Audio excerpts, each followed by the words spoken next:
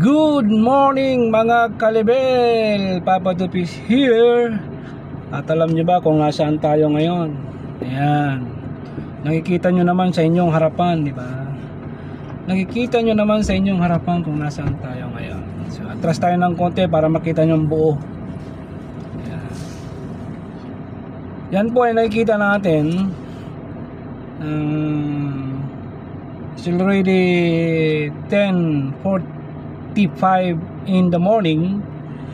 Ay yung tower ng Torch Tower, Aspire Tower kung tawagin, Torch Tower, kung ano bang tawag nila dyan. And din sa baba niya nandyan yung Villaggio Mall. So yun lang, pinakita ko lang sa inyo at nagawin na naman tayo rito sa Aspire. Hindi siya makulay pag araw actually, pero pag araw napakakulay po niyan mga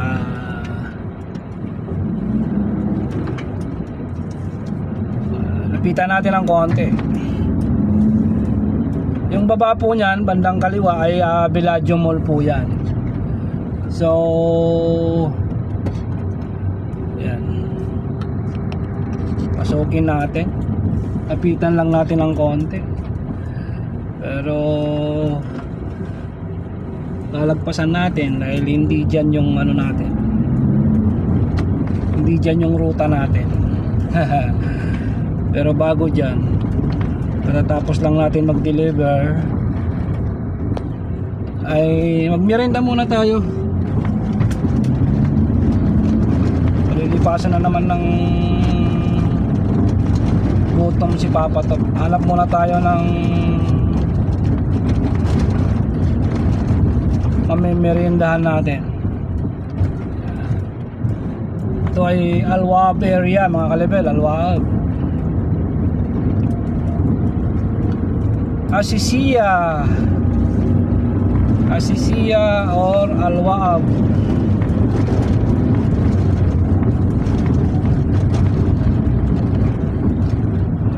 Magalaw yung ating kalsada, gawa ng ano eh, gawa siya sa bricks, hindi siya pure na semento.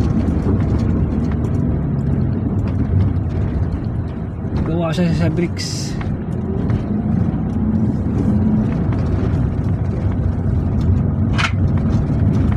Meron ditong makakainan kaya hanapin natin yung coffee shop na favorite natin at affordable.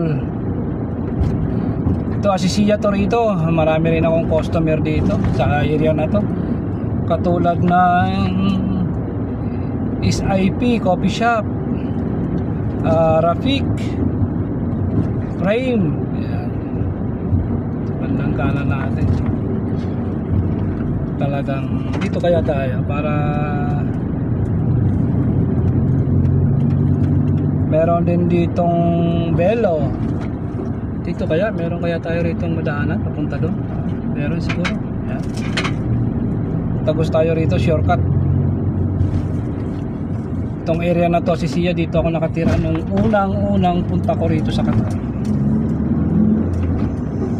Unang salta ko rito sa Qatar ay dito ako napadpad. Dito yung accommodation na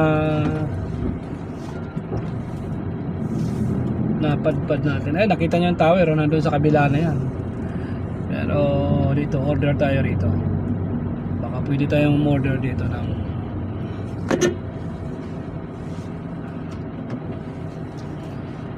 order tayo dyan.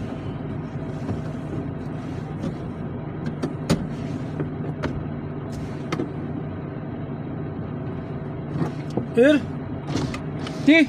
हाँ? Tea? जी wait.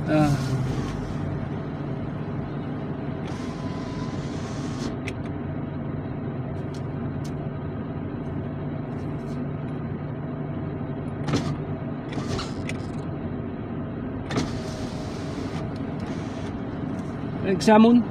Andun mo nagkakarakis mula. Exam muna.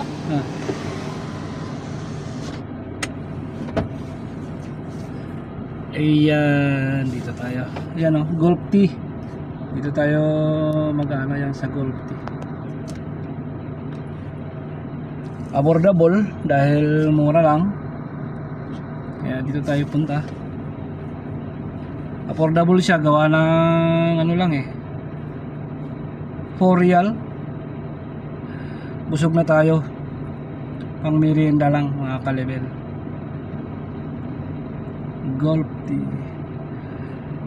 Dati nung punta ko rito mga kalibel, ano eh, hindi pa ganito, talagang masikip pa. Ngayon may nakaparada na, maluwag na yung kalsada, may nakaparke, pwede ka pang dumaan dito sa likod ko. Ayan, puno na dito sa harap pero pwede ka pang dumaan dito sa gilid.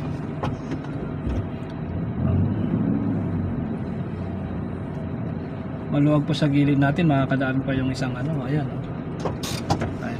so ayun yung tower. Hindi lang natin maninag na gaano dahil ayan o, ayan yung tower. Hindi lang natin maninag, gawa ng medyo blurry na naman ng kapaligiran ngayon.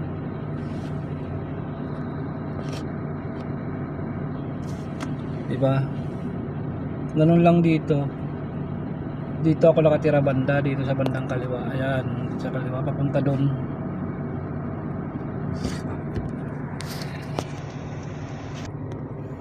So ayan na yung ating in order na merienda. Ito yun. Wow, sana all may merienda na.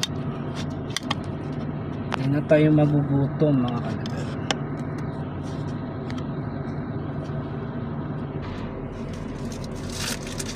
Merienda tayo mga kalibel. Ito yung egg sandwich, kung tawagin nila ay salmon.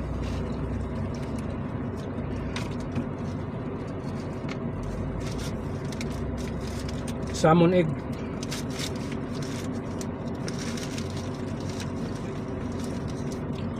May halong konting kamatis, may konting gulay. Yung gulay na lettuce.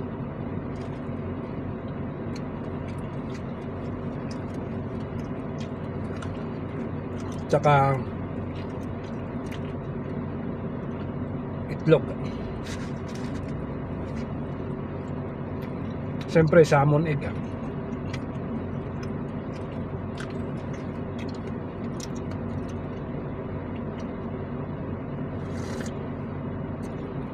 Bali 4 nga lang eh, 4 real kasi 3 real lang tong salmon. Tapos yung karak, yung tea 1 real, 4 lang. Sa iba nating kinakainan, dalawa, bali doble, 8 real. Dito mura talaga rito.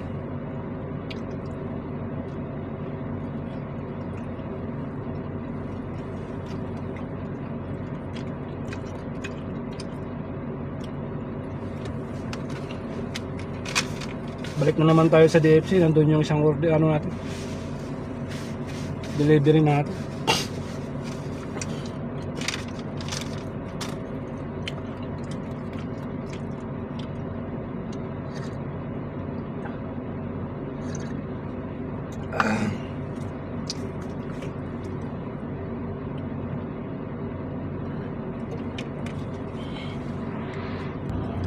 Okay, let's go na tayo mga kalabel.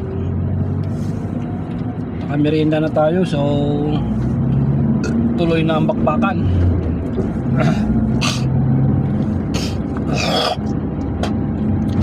Hindi na tayo magugutom sa daan. Alright, rock and roll. Nako, wala palang U-turn dito, patay tayo rito.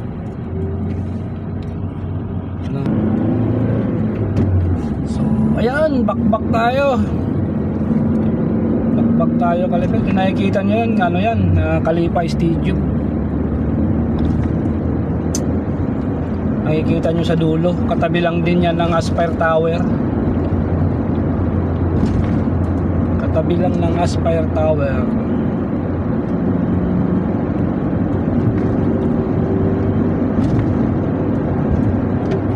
Alright, diba?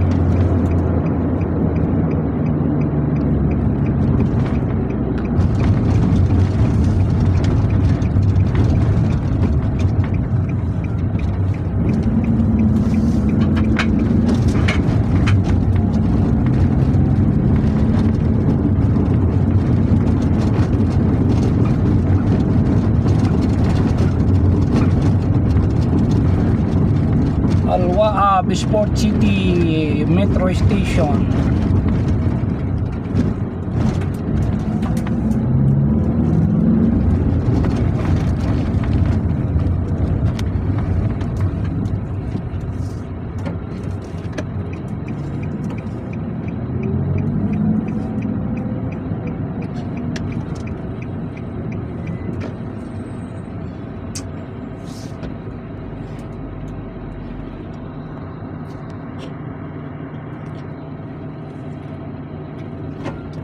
Alright, let's go.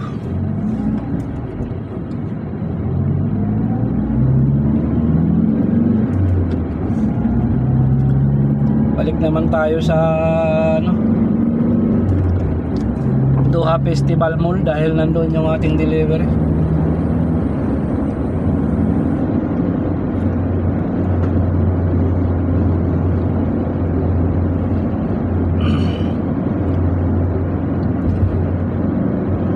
Magano tayo, via corridor tayo. Via Sabah corridor ang dadaanan natin mga kalibin. Alright. Al-Wabi Street. Ito yung Al-Wab na area. Ang ganda na yung kalsada. Dati maliit lang to, ngayon napakalaki na. 4 na lane na. Kaya wala nang dahilan para matraffic. Suabe ang daan.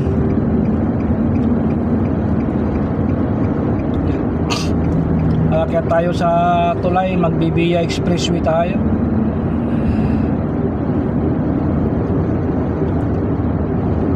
BBI Expressway.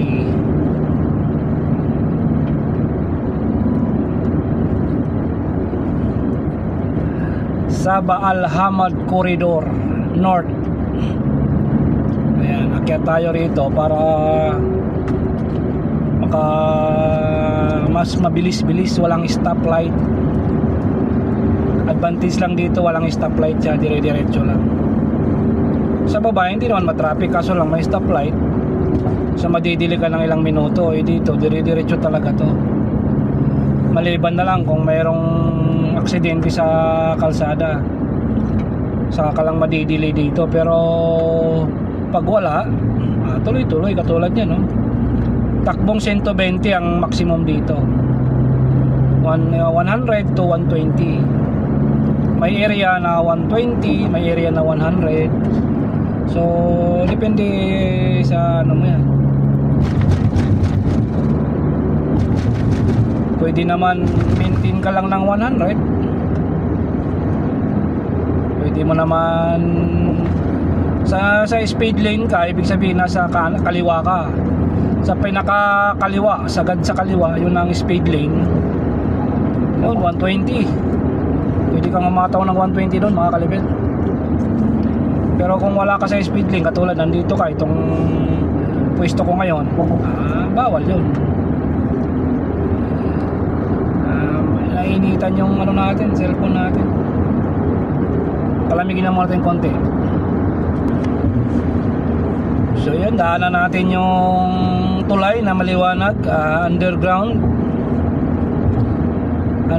na maliwanag. Dito 100 lang talaga rito. Maximum speed mo rito 100. So kita nyo, nasa ilalim tayo ng tulay. Nasa underground tayo pero napakaliwanag, di ba? More or less kulang-kulang kulang-kulang 1 kilometro ang haba nitong underground. Okay na.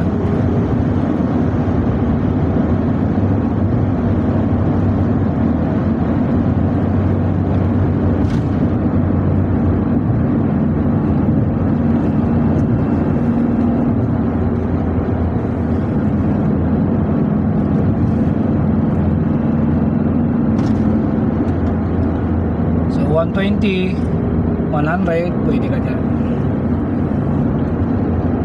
Sabah Hamad Corridor ang tawag nito. Nag-successful lang to, completed to 2022. Completed na talaga siya nadaanan 2022 itong kalsada na to. Dumating ako rito, wala pa ito eh. Siyempre dumating tayo rito 2016. Wala pa ito, itong kalsada na ito na dinadaanan natin, wala pa ito. Pero ngayon nadadaanan na, ang ganda pa. 4 lane, 1, 2, 3, 4. Tapos mayroon pa yung emergency lane na sa gilid-gilid, kaliwat kanan. Ibig sabihin emergency lane, pag nasiraan ka pwede kang tumabi, hindi ka makaka-create ng traffic. Kasi meron pa sila, yan, no? Nakikita nyo yung solid lane na puti sa gilid, isang sasakyan pang kasya dyan. Magpupwesto ka lang dyan pag nasiraan ka. Halimbawa naplatan ka, nasiraan yung makina mo, hindi ka na makatakbo, tulak mo lang papunta dyan para wala kang violation at hindi ka ma-create ng traffic. Pero once na hindi mo na itulak papunta dyan sa gilid, violation yan. Magmumulta ka nyan. Pero dyan sa gilid, hindi ibig sabihin na wala ka pa rin violation. May magkakaroon ka ng violation yan sa within 2 hours o 3 hours na hindi mo matanggal yung sakyan mo dyan. Matik yan. Depende pag ilan ang ibigay sa'yo ng oras ng pulis. Halimbawang 1 oras, di kailangan ipa-pull out mo na yan para wala kang multa. Ipa-towing mo na. Magabayad ka lang sa towing. Ang towing dito, pinakamura dito 50 pag malapit. Pero pag medyo malayo-layo ka, mga kalahating oras yung bibiyahin, mga 100 ang babayaran mo, bali doble. Ito, tulay na to, papunta na to ng Garapa, punta ng Duhil, Marquilla. Ganda na ito. Kita mo, daming tulay. Paano ka magkaka-traffic? Madami kang madaanan. No more traffic. Marami kang option na madaanan. Umlikba, Duhil, Arwais, Cartier, itong lugar na ito. Ang ganda ng tulay nila. Napakalinis. Kikita nyo naman sa video natin, walang daya yan.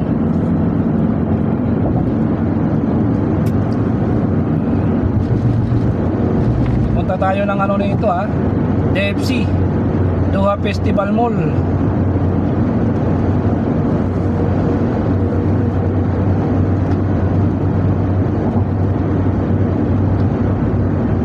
DFC Doha Festival Mall.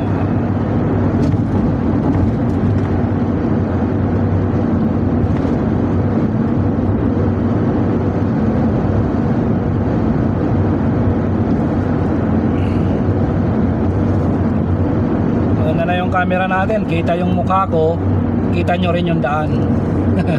Para walang daya, live yan, di ba? Sabay yung kalsada at saka yung pagsasalita ko, sabay yan. Kasi naka-dual camera tayo. Thank you sa natin, iPhone. iPhone 15. Sana all may iPhone 15. Alright.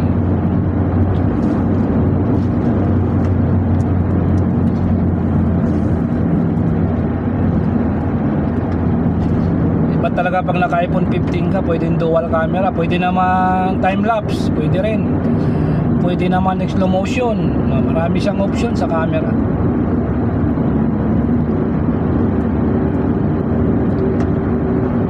Kaya mag iPhone 15 ka na, ay iPhone 15 Pro Max. Bakit tumitikit ka? Sasakyan talaga overtake tapos didikit lang, di naman tatakbo ng mabilis. Wala dyan talaga sasagabal ka lang dyan. Pag mag overtake diretso na, speed